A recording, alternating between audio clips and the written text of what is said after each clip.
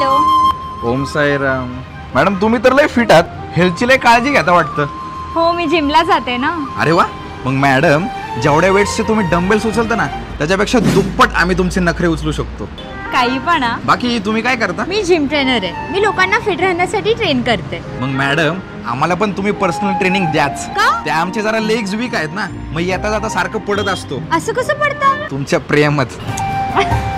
बाकी तुम्हाला जिम मध्ये कोणी त्रास नाही ना देत? नाही, त्रास तर नाही, पण जिम मध्ये गर्दी खूप असते.